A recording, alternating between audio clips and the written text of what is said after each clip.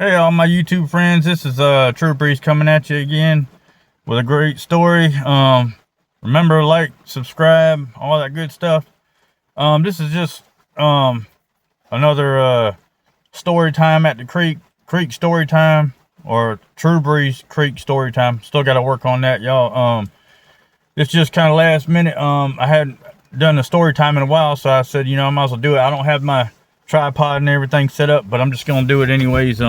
This is actually story time. Story time at the creek. In the rain. Let's check it out, y'all. Story time with Truebreeze at the creek, y'all. In the rain.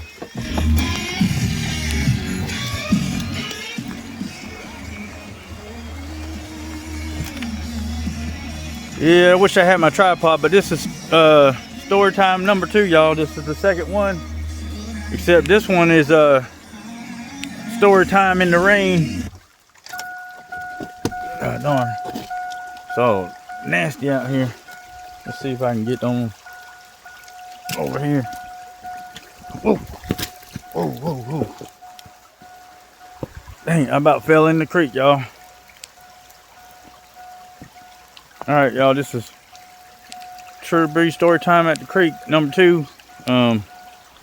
Let y'all see the other side. See, this is that little creek from last time. I wanted to go to the other one, but see, it's been raining a little bit, so there's actually a little bit more water this time, y'all. See, it's flowing pretty good when it's raining. But the other one's still a lot better than this one. But anyways, I better get to my storytelling before there's too much water and I can't even do any of this.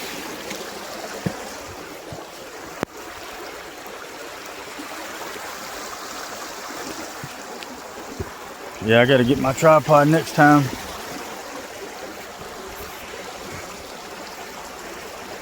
All right, y'all, so this is the second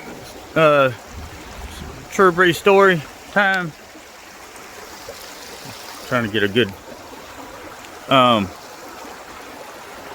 okay, y'all, this story right here happened back in 1999. I was still a young lad, and anyway, hope y'all are doing all right. I forgot to make sure everybody's doing all right out there. Hope y'all enjoyed my video here. Anyway, this was back in 1999. I had started my own tree company with my little truck and trailer and everything, and I had my equipment just set up. And I had knocked a few trees down, but this day I decided to take on a big project. It was like a 100-foot granddaddy pine, and this university guy,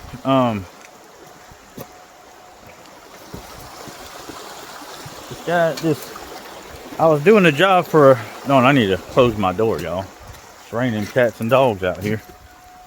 Hold on. Just about to tell y'all. Doggone it. This is when you need your rubber boots. And I didn't do that. I didn't bring mine. Okay. Okay, y'all, so alright, back to my story. So back when I was a young lad, I started me a tree company, and I thought it was going to be easy. I only had a little bit of experience. I only cut a few trees down, and I just cut a few small ones before I got this job. But this guy, he worked at a university. He was a professor, and he was going to give me $1,000 to cut a big granddaddy pine down. And so I thought I could do it. So I went down there and checked it out. Then I went home and got all my stuff and told him I'd be back the next day. And I had my brother with me, and I had paid another guy like $100 to come help me. And so anyway, we go out there, and I had some tree spikes, and I climbed up about 40 feet up to tie a rope to it, like a safety rope. It was a real tree rope too, and then we got it tied to another tree in case the tree started to fall the wrong way, maybe it would catch the other tree and break in half and not hit. Anyway, I forgot to tell y'all, the tree, it was a big 100-foot granddaddy pine. You couldn't even wrap two people's hands around it. And it was huge. And I mean, it scared me to death just to look at it. But the problem was, it was right next to the university guy's house.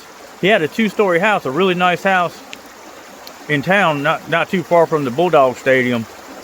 And so anyways, that's the thing. It was only like probably, I don't know, 30 feet from the house. But the guy I hired, he said he'd been cutting trees for 40 years. So I hired him, and he said, you know, he could notch it just right to fall right beside the house and everything. And so I'm thinking that's all good. Then we got the safety rope. I had the spikes, and I thought we did everything just right. Oh, and another thing is, not only was it a nice 2-story house, the guy literally just built a brand new deck. It was like, I don't know, the deck was at least 20 feet off the ground, and it was huge. It almost wrapped around the whole house. He had just put all new pine or whatever kind of wood they used, and he probably spent 10 grand on the deck. And brand new deck, and the people they were working on it when I first looked at the job, and they had just finished like the day I came down there. Anyways, I'm thinking we got it all wrapped up. I mean, I'm scared to death though, you know, because I put my trust in this one guy because I knew I couldn't do it. Anyway, we go down there, we start, and not only that,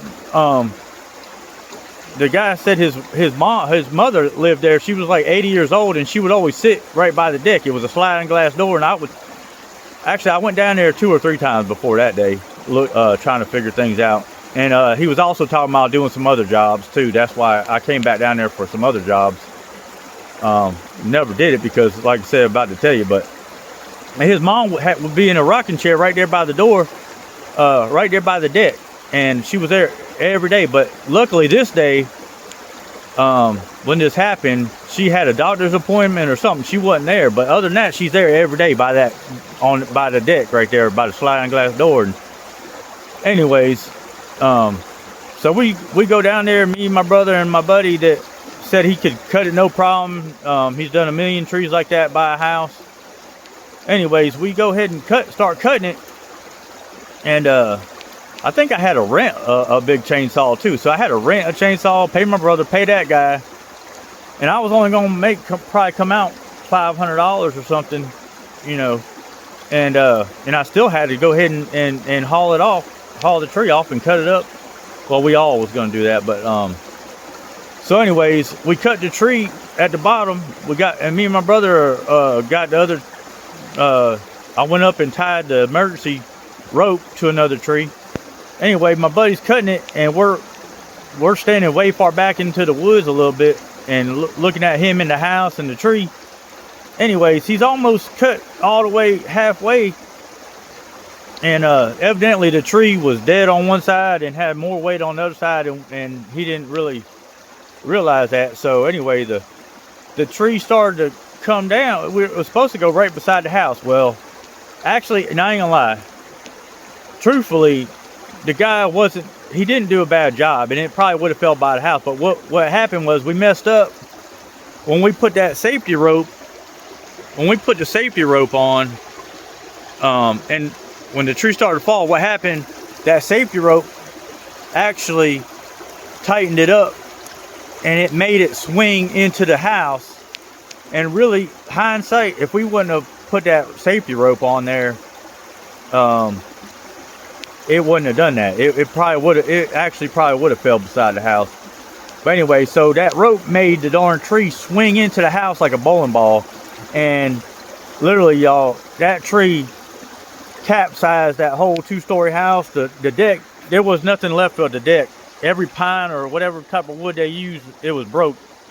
And the whole house was demolished. It was a really beautiful house. They just did all that work, you know. And I mean, I almost lost my mind. I mean, I almost had a heart attack. Anyway, and then it hit the house, and about 40 feet of the front of the tree the tree broke in half, or it broke in 3 spots. It broke on the house, and then it was in the subdivision, and about 40 feet ahead of the house, the other part broke off into the road. And so that means other people couldn't go to their house. So there was probably 30-40 people, and everybody heard it in the subdivision. They came running out, and everybody was saying that I was going to get locked up and go to jail and stuff. And I thought my life was over, and I thought I might have killed that lady too. But luckily she wasn't in that chair by the sliding glass door, and so I got lucky because of that. But anyway, y'all, so long story short, I ruined the whole house. I didn't have insurance.